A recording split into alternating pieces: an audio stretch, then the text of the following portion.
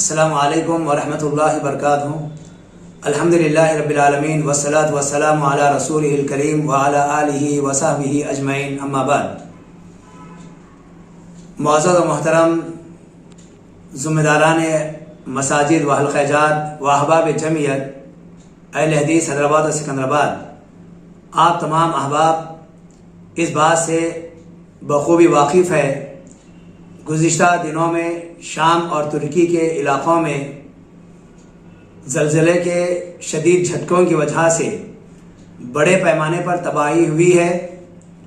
اس وقت تک تقریباً 20,000 کے قریب لوگوں کی جانیں جا چکی ہیں اور 50,000 سے زائد افراد ایک اندازے کے مطابق ملبے میں پھنسے ہوئے ہیں اور بڑے پیمانے پر راحت کاری کا کام بھی انجام دیا جا رہا ہے۔ ایسے وقت میں ہم ان احباب کے حق میں دعا کریں کہ اللہ تعالیٰ اس مصیبت سے انہیں جلد سے جلد نجات عطا فرمائے۔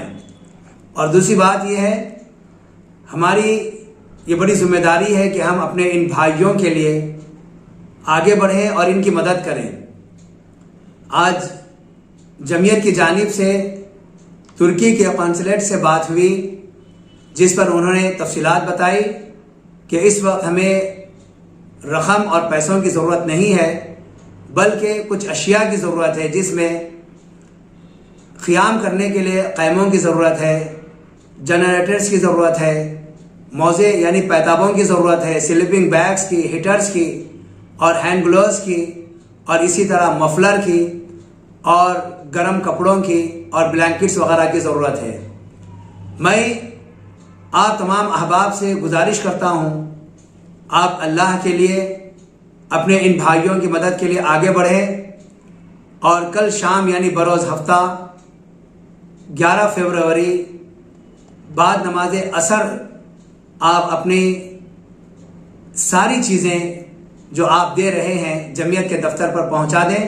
انشاءاللہ آپ کی جانب سے حاصل شدہ یہ تمام سامان جلد از جلد ترکی کے قونصلیٹ خانے تک پہنچا دیا جائے گا۔ میں ایک بار آپ تمام سے اپیل کرتا ہوں کہ آپ اس مسئلے میں آگے بڑھیں اور زیادہ سے زیادہ مالی تعاون عنایت فرمائیں۔ السلام علیکم ورحمۃ اللہ وبرکاتہ۔